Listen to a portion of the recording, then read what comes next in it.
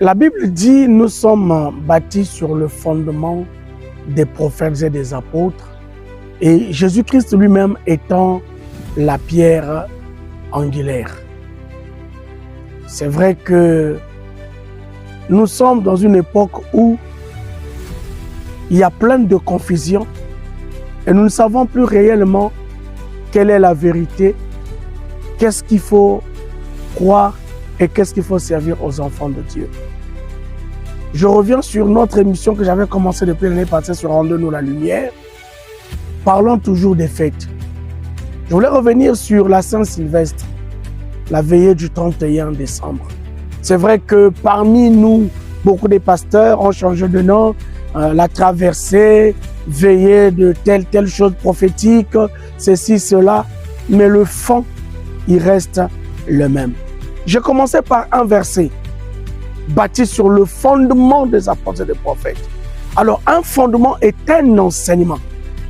Un fondement est un enseignement.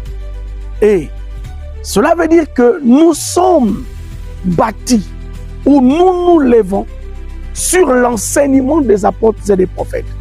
Quand nous suivons l'enseignement des apôtres, aucun jour, aucune fin d'année, que les apôtres se sont mis ensemble pour dire nous allons rester là, la nuit de traversée, ceci, cela, fêter, dormir à l'église, la veille du 31 décembre.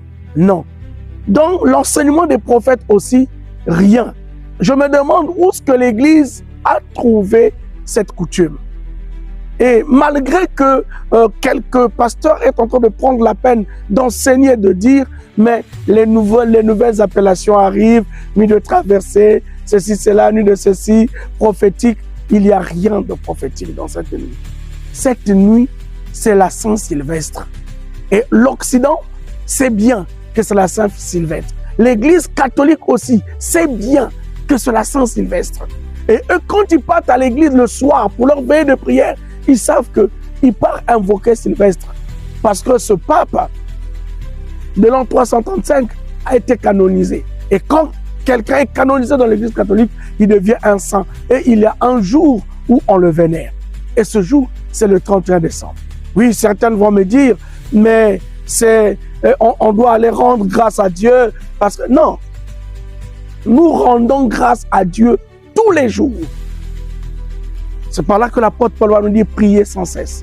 Nous rendrons grâce à Dieu tout le jour.